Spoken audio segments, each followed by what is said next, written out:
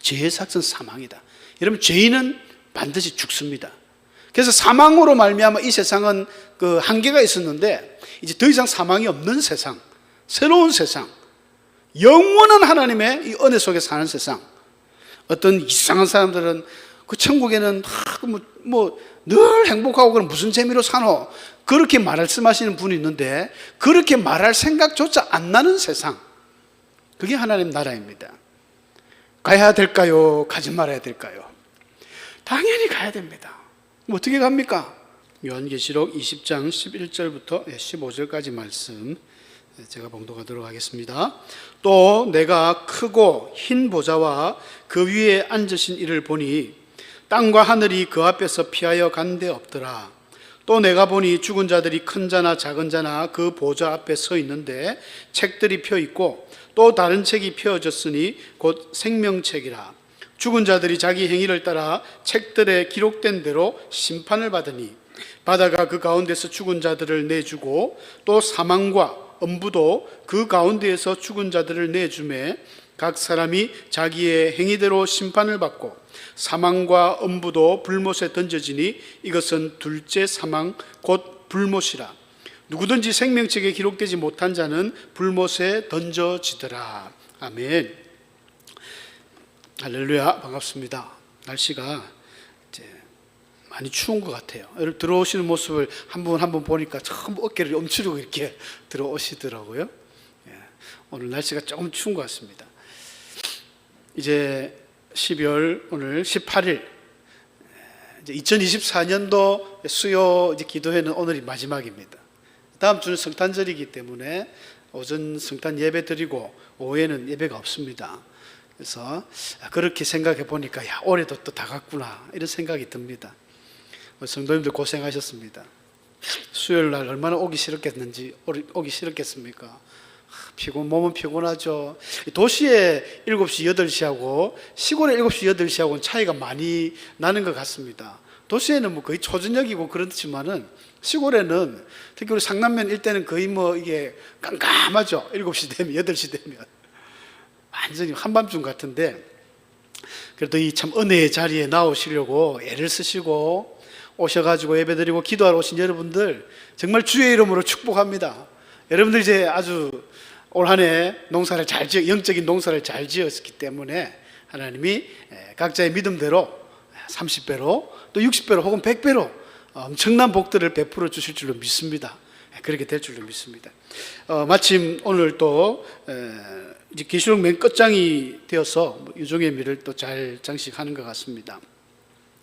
예수님께서는 이 땅에 오셔서 하나님 나라를 완성하는 작업을 하셨습니다.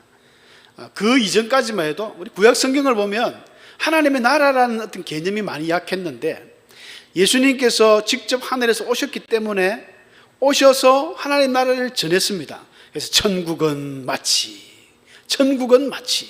수없이 많은 사람들에게 하늘나라에 대해서 말씀해 주셨고 또 그 산상보에서부터 어떤 자가 하늘에 가느냐, 마음이 청결한 자, 마음이 온유한 자, 화평케 하는 자, 이런 복들을 또 말씀해 주시고 전혀 뭔가 권세 있으면서도 새로운 그런 교훈들을 막 전하셨죠. 그래서 예수님께서는 이 땅에 오셔서 그렇게 사역하시다가 예수님의 이제 오신 목적은 십자가 사역입니다.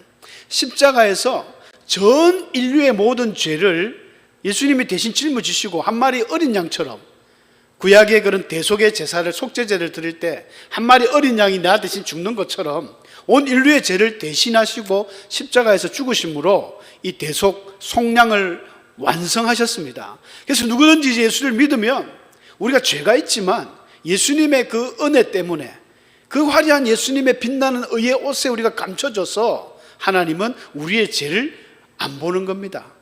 보이지 않는 겁니다. 예수님이 가려주셔서 얼마나 큰 은혜입니까?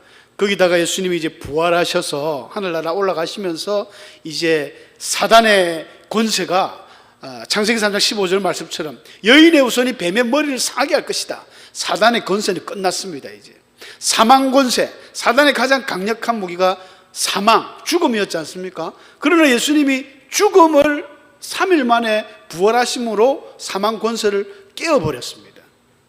그러나 예수님께서 그렇게 이제 이미 완성되었지만 마지막으로 최후 완성되는 그 시기는 예수님이 재림하실 때입니다. 예수님이 이제 재림하셔가지고 이 세상을 끝장내면서 새롭게 완성될 그때 하나님 나라가 완전히 완성되는 거죠. 마침 요한계시록은 또 성경 맨 끝에 있지 않습니까? 맨 끝나는 부분이에요. 끝나는 부분 오늘 20장, 21장은 이제 하나님의 나라, 천국에 대한 이야기입니다. 오늘 우리 본문에도 읽었지만 이 나라가 완전히 지구가 이제 그때는 새롭게 되는 시기죠. 예수님이 이제 마지막으로 이 땅을 심판하는 그 최후의 흰 보좌 심판, 우리가 이제 흔히 백보좌 심판이라고 하죠. 흰색이라는 뜻입니다. 그래서 요한이 11절에 보니까 우리가 읽었습니다만 또 내가 크고 흰 보좌와 그 위에 앉으시니 예수님이죠. 어린 양 예수님입니다. 앉으시를 보니까 땅과 하늘이 그 앞에서 피하여 간데 없더라. 지금 우리가 있는 이 땅과 이 모든 하늘은 그때는 이제 없어집니다. 사라져 버립니다. 전혀 없어져요. 이런 구절들이 성경에 많이 나옵니다. 베드로 사도가 그런 말씀을 한 적이 있죠. 베드로서 3장 12절에 보면 하나님의 날이 임하기를 바라보고 간절히 사모하라. 그 날에 하늘이 불에 타서 풀어지고 물질이 뜨거운 물에 녹아지려니와 우리는 그의 약속대로 의가 있는 곳인 새하늘과 새 땅을 바라보도다. 여러분, 예수님이 오시는 그 마지막 때는 지금 오늘날 지구의 모습이 바뀝니다. 요한도 보니까 환상 중에 기록한 책이잖아요. 요한이 딱 보니까 하늘과 바다, 땅이 다 사라져 버리는 거예요. 전혀 새로운 것이 만들어집니다. 그걸 갖다 우리 신천지라 하지만 신천지가 다 뺏어갔지만 새로운 하늘, 새로운 땅이 시작됩니다. 자, 그 이전에, 천국 가기 이전에 마지막 심판이 있는 거예요. 예수님께서도 살아계실 때 사람들에게 그런 말씀을 했습니다. 마태복음 25장 31절에 보면 인자가 자기 영광으로 모든 천사와 함께 올 때 자기 영광의 보좌에 앉으리니 하면서 이제 의의 백성들은 오른쪽으로 양과 염소를 나눈다는 그 마태복음 25장 그 종말론이라고 그러죠. 24장 25장하고 그 마지막 비유를 합니다. 열처녀 비유도 하고 달란트 비유하고 마지막 양과 염소를 비유를 하면서 주님이 오신다는 거예요. 그러니까 주님께서 말씀하신 내용들은 팩트입니다. 팩트. 이게 마지막 날에 그렇게 될 것을 예수님은 미리 말씀해 주셨어요. 그런데 그 사실을 전혀 모르는 사도 요한이 환상을 보니까 그렇게 되는 거예요. 그 성경이 다 맞아지는 것입니다.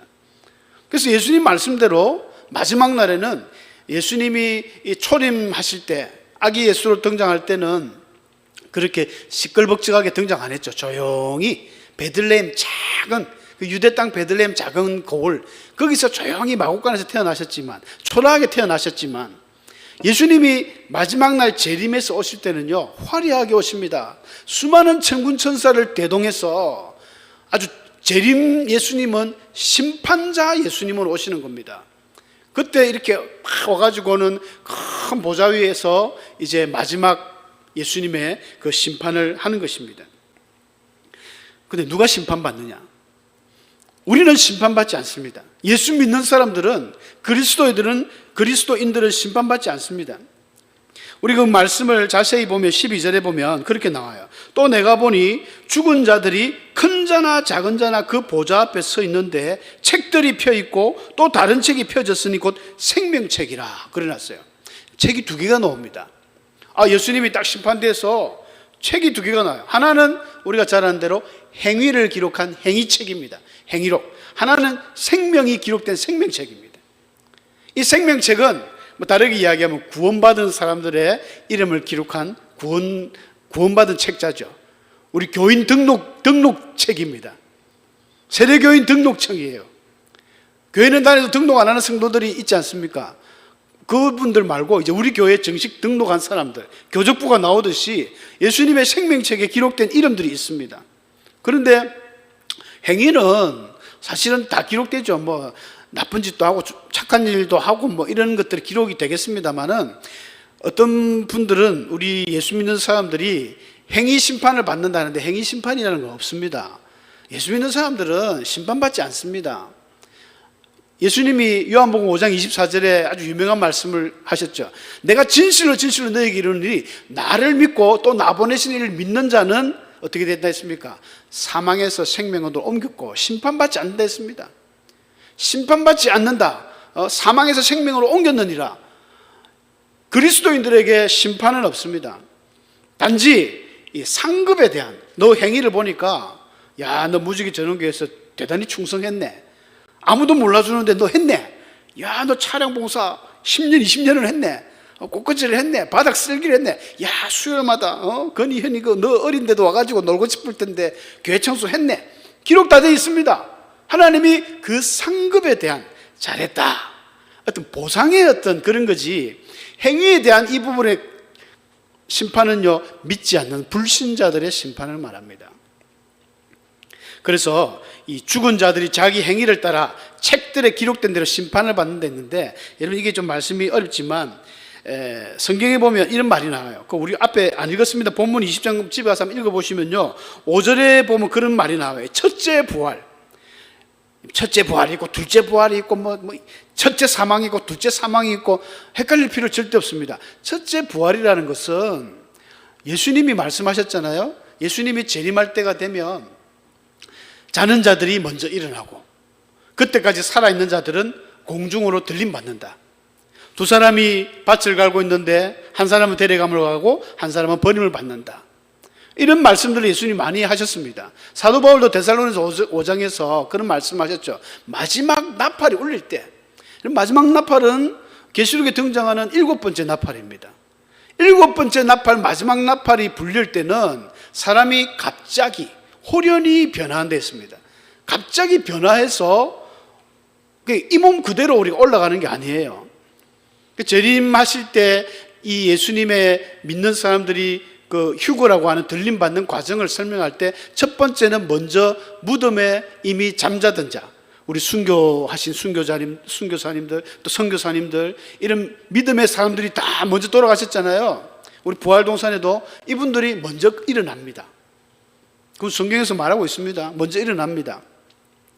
화장을 했는데요, 뼈가 없는데요, 상관없습니다. 이 몸 그대로 올라가는 게 아니라 완전히 변화되는 전혀 새로운 육체입니다. 영적인 새로운 영체라 그러죠.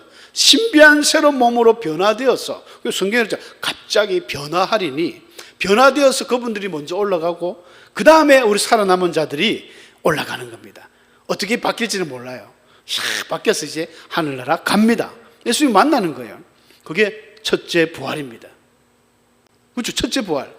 그럼 둘째 부활도 있나요? 예, 있습니다. 둘째 부활은 우리 아까 본문에 등장하는 죽은 자들이라고 나오는 불신자들을 이야기합니다. 여러분, 신자들은 첫째 부활을 합니다. 우리에게 둘째 부활이 없어요. 첫째 부활을 한다는 것은 예수님의 재림나팔 소리 듣고 우리는 하늘나라 올라갑니다. 이게 부활이에요.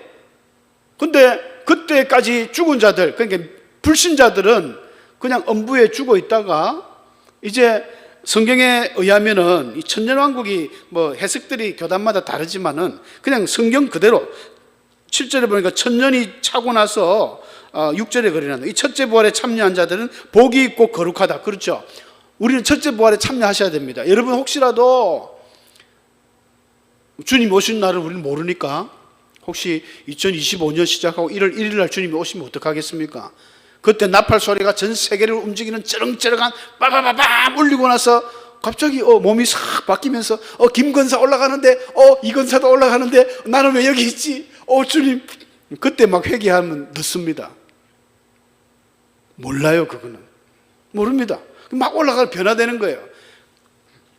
성경의 첫째 부활에 참여하는 자들은 복이 있고 거룩하다. 근데 둘째 사망이 그들을 다스리는 권세가 없고 둘째 사망이 우리에게는 없는 거예요. 왜? 두 번 죽는 것은 예수님의 심판대에서 죽는 게 두 번째 죽는 것인데, 어렵게 생각하지 마시고, 첫째 부활은 우리가 그렇게 변화돼서 올라가는 것이고, 두 번째 부활은 그때까지 부활하지 못했던 불신자들이 이제 예수님의 심판대 앞에서 부활하는 겁니다. 그럼 부활하는 거죠. 죽으면 끝이 아닙니다. 많은 사람들이 자살하면서 죽으면 끝, 큰일 날 소리 합니다. 죽으면 끝이 아닙니다. 오늘 계시록 보니까 그런 죽은 자들이 마지막 예수님의 이 흰 보좌 앞에 심판대에서 다시 부활합니다. 부활해서 심판받는 거예요. 너 살아있을 때 보니까 너 옆집에 김 집사를 와 그래 괴롭혔어. 너 예수 믿는다고 이 목사한테 그렇게 쌍욕을 해제끼고 딱 기록되어 있습니다. 불신자들을 향한 이 행위록을 딱 하나님이 보면서 자기 행위를 따라 책들에 기록된 대로 심판받는다 했지 않습니까? 그들은 심판받습니다. 그래서 그 영원한 불못에 지옥불에 던져지는 거예요. 그걸 갖다가 둘째 사망이라고 합니다. 예수 믿는 사람은 둘째 사망이 없습니다. 없죠. 둘째 사망이 그들을 다스리는 권세가 없다 했습니다. 없어요. 예수 믿지 않는 자들, 그러니까 13절에 보니까 그런 말씀도 나와요. 바다가 그 가운데서 죽은 자들을 내주고 또 사망과 엄부도 그 가운데서 죽은 자들을 내주매 각 사람이 자기 행위대로 심판을 받고 불못에 들어간다 일어났거든요. 여러분 여기서 보면 바다, 사망, 엄부 이런 것들은 사실은 살아있는 생명체가 아니지 않습니까? 그런데 마치 바다가 죽은 자들을 내줬다는 거예요. 사망과 엄부도 죽은 자들을 내준다 이런 표현들은 히브리인들의 어떤 문학 기법입니다. 생명이 없지만 의인화해가지고 표현을 하는 거예요. 사망이나 이런 엄부, 죽음, 바다가 뭡니까? 계시록에 등장하는 바다는 그 머리가 7개요 뿔이 10개인 그 짐승 마귀가 있는 은신처가 바다였습니다. 그러니까 마귀에게 넘어간 자들, 사망도 그렇잖아요. 사망 엄부는 태초로부터 인간이 죄를 범하여서 사망이 이 땅에 왔잖아요. 마귀의 그 모든 걸 뜻합니다. 그래서 사도 바울도 그런 표현을 했어요. 사망아, 너의 쏘는 것이 어디 있느냐? 사망아, 너의 쏘는 것이 어디 있느냐? 너는 죄밖에 없다. 죄의 권능은 율법이다. 이런 말씀을 할 정도로 사망이라는 그 어떤 대상을 쉽게 이야기하면 마귀죠. 이런 마귀와 악한 영들의 세력을 사망이라고 표현한 겁니다. 그러니까 그들이 갖고 있던 죽어 있는 자들 다 내보내서 다시 심판받고 그들은 다시 둘째 사망, 불못에 집어넣게 되는 것입니다. 영원한 지옥이죠. 뜨거운 불지옥. 그곳에는 마가복음 9장 44절에는 우리 개역 성경에는 번역이 없는데 영어 성경에는 다 나와요. 킹제임스도 나오고 NIV도 나오고 다 나옵니다. RSV도 나오고 다 나오는데 보면 뭐라고 되어 있냐면 그곳에는 지옥에는 벌레도 죽지 않고 사람도 타지 않는다. 타지도 않고 죽지도 않는데 그 불바다에서 고통은 그대로 느껴지는 거예요. 지옥은. 여러분 이런 곳에 어떻게 살 수 있겠습니까? 지난주 목사님 설교하셨지 않습니까? 희망이 없는 곳, 지옥 들어가는 입구에 단테는 그렇게 적어놨다 했지 않습니까? 희망이 없어요. 영원히 거기서 영생하는 거예요. 자기들은 죽을 수 없습니다. 죽고 싶어서 죽었다 안 죽는 거예요. 이 세상에서는 우리의 생명이 유한하기 때문에 뭐 자살도 하고 죽으면 끝이다 생각하는데 끝이 아니죠. 다시 불러 들어가지고 마지막 심판 받습니다. 그러니까 그 지옥에서는 뜨거워서 죽고 싶어도 죽지도 못하고 영원히 고통스러워. 그러니까 이를 간다 했잖아요. 이를 갈며 슬피 운다. 그때는 이 가라도 소용없습니다. 빨리 그러니까 회개하고 돌아와야 되는데 그걸 못해서 이 사람들은 마지막 때에 엄청난 사람들이 저 불못에서 고통당하게 될 것입니다. 이것들이 이제 생명책에 기록되지 않은 사람들에 대한 심판이었죠. 생명책에 기록된 사람들은 아까 이야기하듯이 보상입니다. 보상. 너 참 잘했구나. 너에게 건면류관을 줄게. 너에게는 영화의 면류관을 줄게. 아무것도 저는 못했는데요. 그래, 그래도 천국 가. 다윗은 천국의 문지기라도 쫓아오니 그렇죠. 천국 가는 게 어딥니까? 그런데 이왕 가는 거 상급도 받으면 좋지만 주일 열심히 하시면 이렇게 수요 예배 참석하신 성도님들 중에 하나님이 뽑아가지고 상도 많이 주시리라고 믿습니다. 그렇게 될 거예요. 사람은 몰라줘도 하나님 보고 계십니다. 하나님은 다 보고 계십니다. 알고 계십니다. 그런 하나님의 보상에 이거는 뭐 심판이 아니라 보상 차원이죠. 상급에 대한 보상. 그러나 믿지 않는 자들은 둘째 상을 받습니다. 자, 우리 믿는 자들은 뭐 어떻게 될까요? 그 이제 21장 넘어가면 그런 이야기가 나옵니다. 새 하늘과 새 땅을 보니 처음 하늘과 처음 땅은 없어졌고 바다도 다시 있지 않더라. 아까 이야기한 내용이지 않습니까? 이걸 갖다가 새 하늘과 새 땅, 신천지입니다. 그러니까 한자로 하면 신천, 신지가 되죠. 신천, 신지. 이 좋은 말들을 이단에게 다 뺏겨버렸습니다. 신천지, 여호와의 정인, 기독교 복음 선교회. 여러분 유명한 정명석 알죠? JMS. 그 사람들 단체가 기독교 복음 선교회입니다. 이름 너무 좋아요. 또 박옥수 목사 기쁜 소식 선교회. 여러분 길 가다가 보면 이 기쁜 소식 선교회 단체들이 있거든요. 그 교회 아닙니다. 이단입니다. 이단들이 좋은 이름 다 차고 있어요. 영생교도 사실 뭐 좋은 머리인데, 무지개도 마찬가지. 우리 교회 무지개, 여러분, 노아에게 하나님이 주신 이 무지개 속에 메시아에 대한 언약도 있습니다. 그런 약속이 어마어마한 이 무지개가 이상하게 동성애 그 무슨 깃발이 되는 바람에 희한하게 무지개 하면은 우리 교회 이상하게 보기도 합니다. 전에 김진용 장로님께서 그 무지개 TV 이래가 늘 하니까 전화가 오더래요. 혹시 그쪽 라인입니까? 이렇게 물어보더래요. 그게 무슨 말입니까? 우리 동성애자들 무지개가 틀리거든요. 동성애자들 무지개는 6색깔입니다. 또 5색도 있고, 전에 5색 하다가 요즘 6색 됐어요. 근데 하나님 주신 무지개 7색깔이 빨주노초 파남보, 그죠?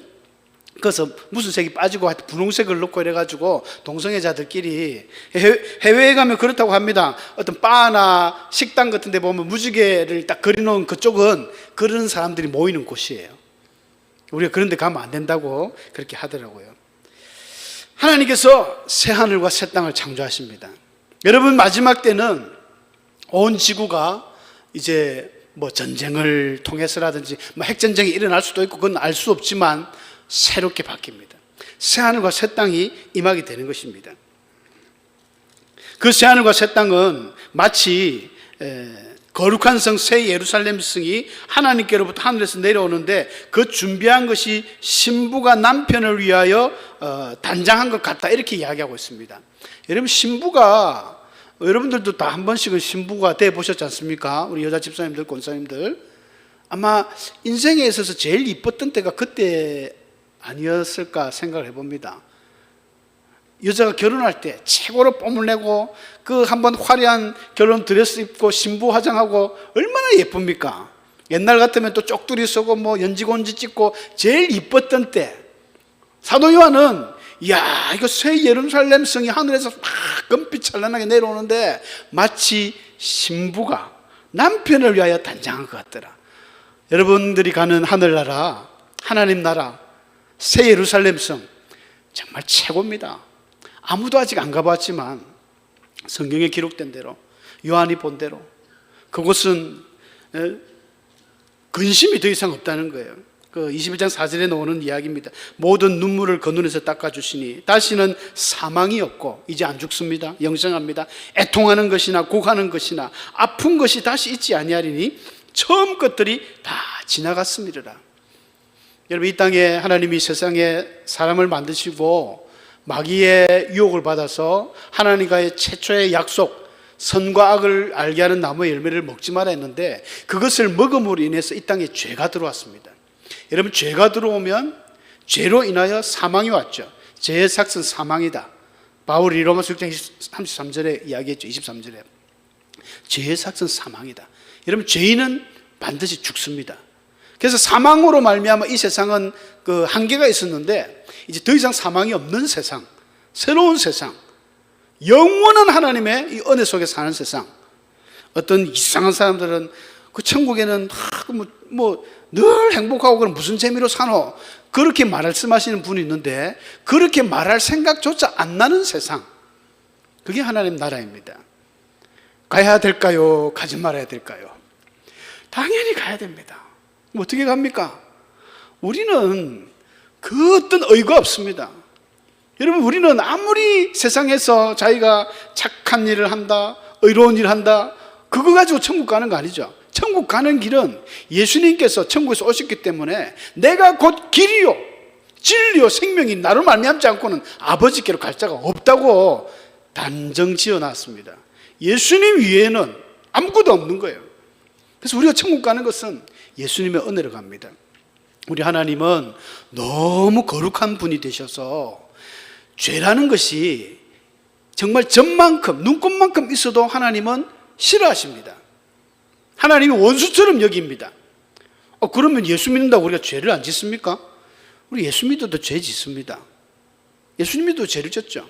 그러나 우리 열처녀 비유에서도 말씀하시지만 이 미련한 5처녀는 등은 있고 기름이 없었잖아요. 근데 지혜로운 사람들은 등도 있고 기름도 준비하는 거예요. 우리 예수 믿는 사람도 타락할 수 있습니다. 예수 믿는 사람들도 잠잘 수 있습니다. 그러나 하나님과의 짙은 이 만남, 체험, 이 구원의 확신, 정말 거듭남, 이게 없으면 마지막 날에 진짜 옆에 김집사, 김건사 다 올라가는데 나는 이 자리에 있을지도 몰라요. 여러분들 정말 생명책에 기록되어 있을까요? 두렵지 않습니까? 가슴에 손을 얹고 혹시 내가 못 올라가면 어쩌지? 두려운 마음으로 좀 이 타이트하게 신앙의 끈을 허리띠를 졸라매야 됩니다. 너무 느슨하게 이렇게 하다 보면요, 타락할 수 있습니다. 타락해가 돌아오면 다행인데 못 돌아오는 경우도 있어요. 불쌍한 영혼들 아닙니까? 한편 강도처럼 예수님과 함께 막 그 순간에 믿어서 천국 가는 사람들이, 그런 복 받는 사람이 있는가 하면 아나니아와 삽비라처럼 평생을 헌금은 헌금이란 다 하고 기도는 다 하고 천국 못 가는 사람도 생길 수 있습니다. 정말 우리는 하나님 앞에 이 한 해를 딱 마무리하면서 천국 가야 되는데, 천국 가야 되는데 당연히 가야 되죠. 예수님 때문에 가는 겁니다. 그러니까 예수님 붙들어야 돼요. 무조건 예수님의 은혜, 예수님의 사랑, 예수님의 그 모든 것들로 내가 변화될 수 있도록 오늘도 내일도 주님과 함께 영원히 예수님의 은혜로 내가 변화되어지고 그렇게 살아가야 된다는 것입니다. 그렇지 않으면 우리는 정말 앞으로 어떻게 될지 모릅니다. 두렵습니다. 항상 그렇게 깨어 기도하는 그런 자들이 되셔야 하나님의 나라에 또 들어가게 될 줄로 믿습니다. 믿음의 선한 싸움을 하십시오. 배신하지 마시고요. 가룟 유다처럼 배신하지 마시고요. 요즘 우리나라 이 계엄령 사태 이후로 정치권에도 막 복잡지 않습니까? 그걸 볼 때마다 저는 환멸을 느낍니다. 정치인들은 원래 또 철새 정치인들을 해가지고 요랬다 저랬다 많이 합니다. 배신을 그렇게 많이 해요. 어제의 동지가 또 적이 되어 있고. 근데 예수 믿는 거는 절대 그러면 안 됩니다. 예수 믿는 거는 죽을 때까지는 예수님 붙들고 가셔야 돼요. 배신하면 안 됩니다. 배반하면 안 됩니다. 다른 종교 가면 안 됩니다. 예수님밖에 없어요. 다른 종교 가도 그 순간에는 이 세상 짧은 한 70년, 80년 재미나게 살 수도 있습니다. 그러나 아까 말씀드렸지만 둘째 사망이 기다립니다. 무섭지 않습니까? 배신하면 안 됩니다. 절대 하나님 꼭 붙들고 그 손 잡은 손 놓지 말고 천국 가는 그날까지 우리 함께 걸어가기를 주의 이름으로 축원합니다.